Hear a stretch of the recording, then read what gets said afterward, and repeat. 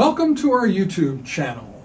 In our last trailer on November 1st, 2019, we talked about the heterogeneity of content here, how it is all interrelated, and then focused on nephrology, innovation, and regenerative medicine. The present video focuses on universality, selectivity, and ideas ahead of their time in the Technology and Future of Medicine course, LABMP 590.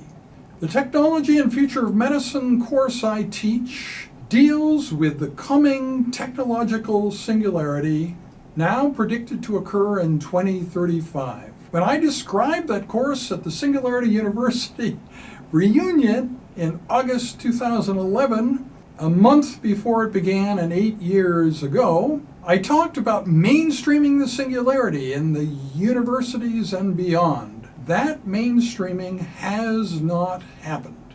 Our course remains the only course directed in a medical school by a full-time faculty member. The other three similar courses at Semmelweis University, Bart's Medical School in London, and at Singularity University are taught by professional keynote speakers. Now, with the major downsizing of Singularity University and resignation of its CEO, the closing of the Institute for Alternative Futures, and the resurgence of interest in our course, it is important to consider what new opportunities there might be for the course and what goals it should aspire to. It is important to step back and consider the surprising fact that the most interesting and highly watched content in our course is in areas that Singularity University has never covered. Quantum biology, the Fermi paradox,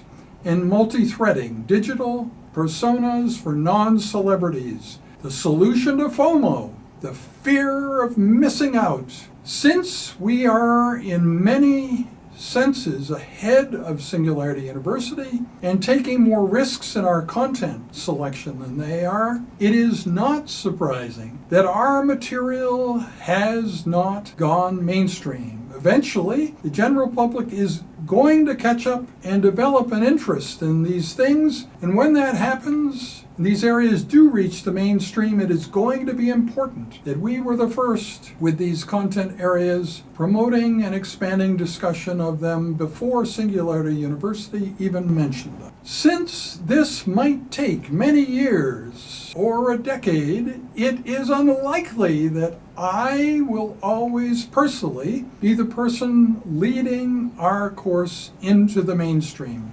It is much more likely that the young people associated with the course now would be leading this. Undergraduates can do a lot, and Simon Wu, the student behind the green screen videos, is likely to have an important role. But at least two of the people involved would have to already be in medicine. Simon quite likely will be in medicine by that time.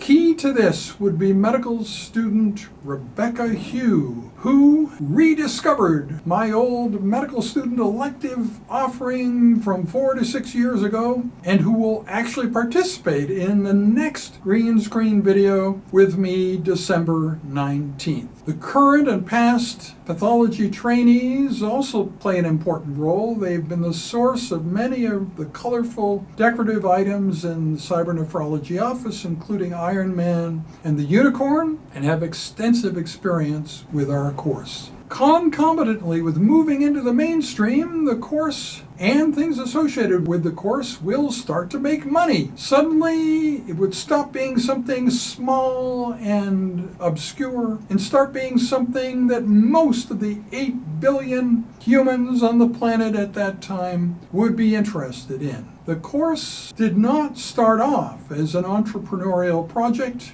but it could become one of the most successful entrepreneurial projects in the long run. Our course is available to all faculties, but at the present time of the 40,000 students at the University of Alberta, at any one time there are only about 40 students on campus who either are taking the course or have already taken the course. This represents 1 in 1,000 students. The numbers are that small because the course consists mainly of ideas ahead of their time. That is also the reason that the course has not spread to other medical schools. It is exciting to think about us being the very forefront of the early adopters of technology. The trick in marketing of the course, then, is to find the small but growing subset of students who will be interested in taking such a speculative course in the future and figure out how best to promote it. Many existing students found about the course in Reddit, starting their adventure there. So that is probably the best place to start with targeted promotion. The assumption about the course should not be universality at present. The course is not yet something that most students would want to take, not yet something for the masses. It will become universal in a few years' time, will be something for the masses, but right now it is for a select few highly creative students with strong interest in the long-range future and in increasing the likelihood of a positive outcome for humanity.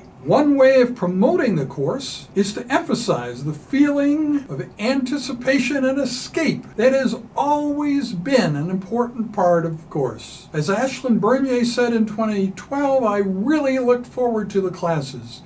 I knew it would be a change of pace, not only from the rest of my courses, but from the rest of life.